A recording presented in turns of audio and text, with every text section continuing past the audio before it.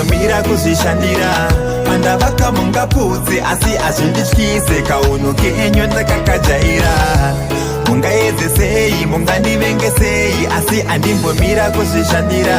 pandavaka mungapudze asi azvindityise kauno kenyu ndakakajaira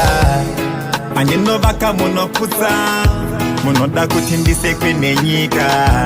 life yangu ndite kutambura munoda kuti ndite zvinhu zvekukumbira munonyepedzera kundifarira zinoirema chokadi ndakazvionera waunoti wepedyo zvandokugaira ingozi chete patidai vakandiuraya mungaedze sei mungandivenge sei asi andimbomira kuzvishandira pandavaka mungapudze asi azvindityise kauno kenyu ndakakajaira mungaedze sei mungandivenge sei asi andimbomira kuzvishandira pandavaka mungapudze asi azvindityise kauno kenyu ndakakajaira mwoyo yavo inofara yandirwadzisa mwoyo yavo inofara yandirwadzisa misodzi yangu vanongoda kuibuditsa misodzi yangu vanongoda kuibuditsa ndachema posha yanondinyaradza ndachema posha yanondinyaradza mwari ndimi mega muchandinyaradza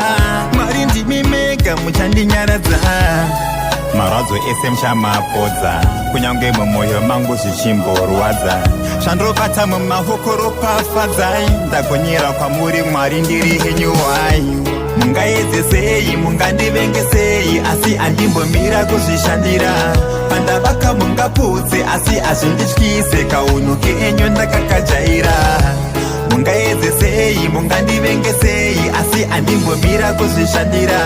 pandavaka mungapudze asi azvindityise kauno kenyu ndakakajaira pandinovaka munoputsa munoda kuti ndisekwe nenyika life yangu ndite kutambura munoda kuti ndite zvinhu zvekukumbira munonyepedzera kundifarira zinoirema chokadi ndakazvionera waunoti wepedyo zvanokugaira ingozi chete patidai vakandiuraya